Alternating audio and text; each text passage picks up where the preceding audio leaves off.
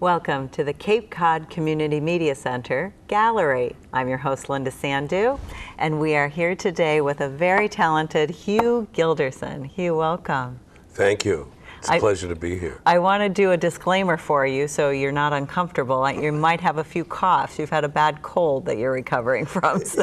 Yes, unfortunately. Thank you. I don't want you to feel uncomfortable with that. Hugh, you are a copper craftsman. Is that the proper term that I would use? The traditional term is coppersmith, but copper craftsman is certainly appropriate. Okay. Yes. I want you to tell people about this. You're the first copper worker that we've had on our show and in our gallery. So it's very exciting for me to meet you. Your crafts are just beautiful. I hate even calling them crafts. They're pieces of art. They're just beautiful, beautiful, beautiful. Tell me how you got started, and let's talk a little bit about yourself. Well, I've had two careers before this retirement career. Architectural sheet metal work is the family trade, and that's how I worked my way through college, was learning the trade. And I then went on to a career in construction management. But when our children were in college, I was getting restless. I was getting tired of being in the same meeting, but with different faces and in a different trailer, on a different job site, but essentially having the same conversation. So I said, well, the kids are in college, now's the time to think about a change. So I wound up going back to school and getting a master's and then a doctorate in history from Boston College. Wonderful. And taught history at the college level for 14 years. Wow. So I had a very rhythmic job. I wouldn't say routine because that implies dullness, and teaching is anything but dull. Oh, sure. It's a constant excitement and challenge, and constant rewards. But pretty soon I started to get itchy, you know, I wanted something to do, and I said, what I really want is something physical to do. And it occurred to me, well, you learned a trade, you do know how to do things with your hands, so then I had to think about, well, what will I do, and what tools do I have left? And I had a few tools left. I had some of my father's. I had one of my grandfather's left, and gradually worked myself into making things for home and garden. Small objects that are easily handled, at least that's the ideal, and that are useful. The whole crafts movement that began in England, at least for us here in the States, began in England in the mid-19th century, began as a response to the perceived lack of quality in mass-produced items. And the motto of the arts and crafts movement in England, which came shortly thereafter to the States, was have nothing in your home that is not both useful and beautiful. Mm-hmm. That's a good motto. And if you go to the Society of Cape Cod Craftsmen show, or you see the work of any of those folks in the galleries that they manage, one is in Sandwich, one is in Orleans, you will see that all of us, I think, pursue that same ideal. Mm-hmm. Something that can be useful in ordinary, everyday life, but something that gives you pleasure because it is well made. Right. And it's pleasing to the eye. Yes. That's a wonderful motto to have. Yeah. So I want you to talk a little bit about coppersmithing, talk about how difficult it is from just getting a sheet of copper. Talk about your process. Well, the difficulty with copper is it's an unforgiving medium. If you make a mistake, which is easy enough to do, it's hard to hide it. And it's also difficult, if you try to address the mistake, it's difficult to make it disappear. So there have been times, and this might be true for other metalsmiths, I don't know. The term smith, by the way, is somebody who works metal. Okay. So that's where the coppersmith comes from.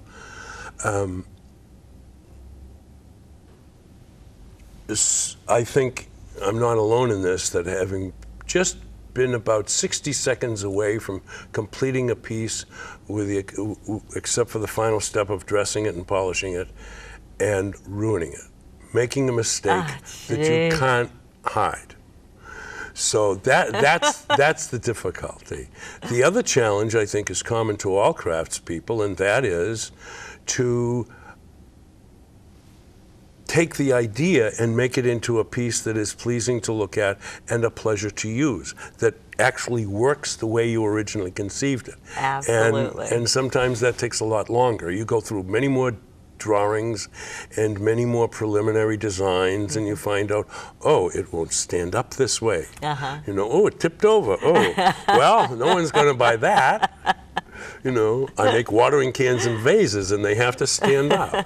Then they have to work when you add water, or if people or flowers, put plants yeah. or flowers in them. People write back and say, I hope you don't mind, but I'm starting ivy plants in your watering can over the winter time. And I'll write back, my dear, it's your watering can now. You can do whatever you want, you know. But I'm delighted to get those notes or those calls, you know. Oh, that's wonderful. But that's the challenge, is to go from the conception to the realization and have it be something that is easy to use, you know, that feels comfortable in the hand, that the water goes where it's supposed to go, it gets at the roots of the plant, or in the case of a bird bath, will birds actually use it? Right, right.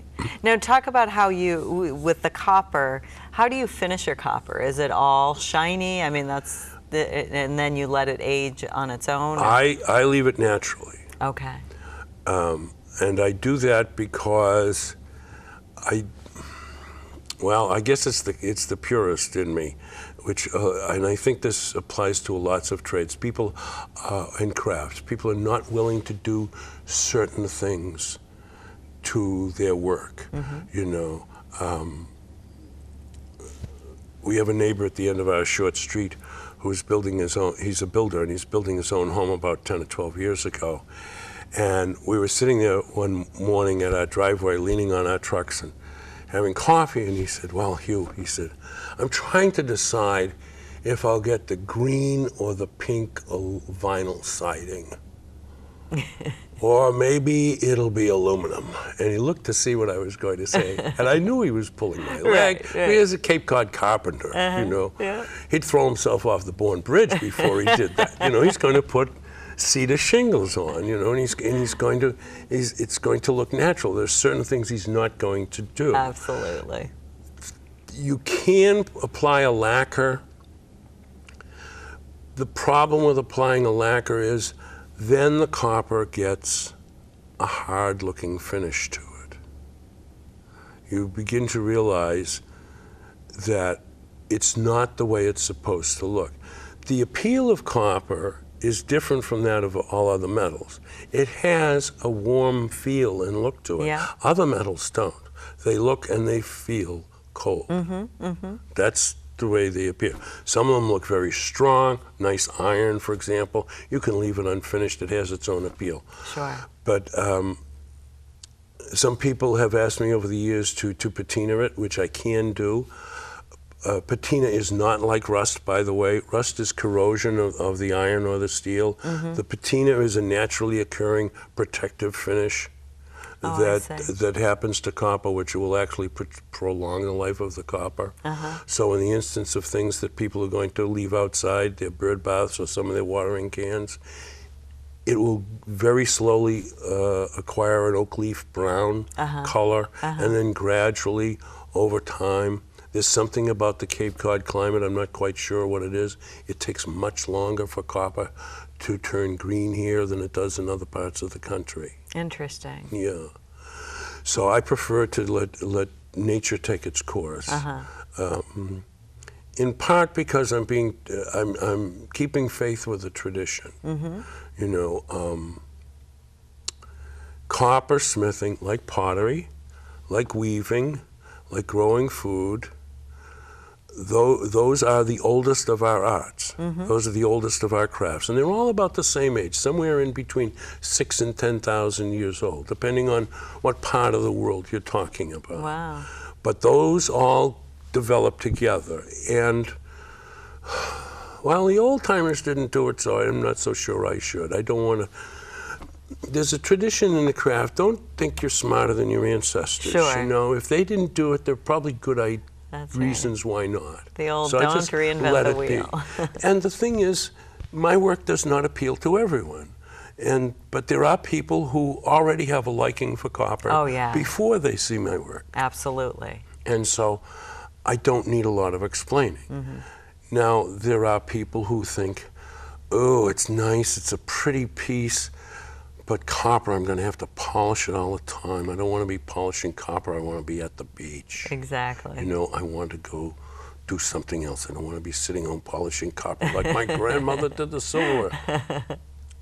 Well, you don't really have to. Right, You know, right. if you want to keep it the bright color that it is when you get it from me, you can use medium warm water and an SOS pad and dry it off with a microfiber cloth, and it'll stay bright. And keep it inside. Yeah, and keep it inside. Yes. But the warmest red gold tone it will get is if you use it regularly. It won't turn oak brown unless you keep it outdoors. Right, right. You know, for the first few weeks you'll see your fingerprints, but then it will get smoother and softer looking from use.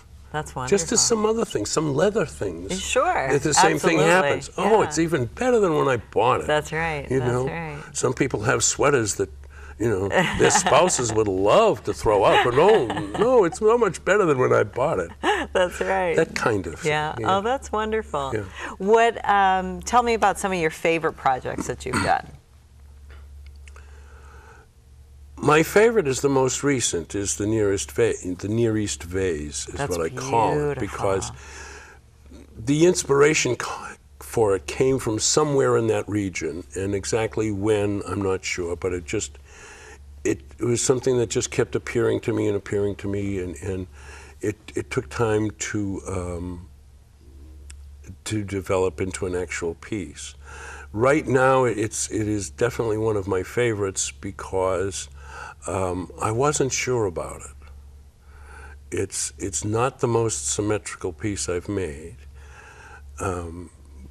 but it's been a pleasant surprise, people's responses. I wasn't at all sure that I was even going to put it up for sale because I wasn't.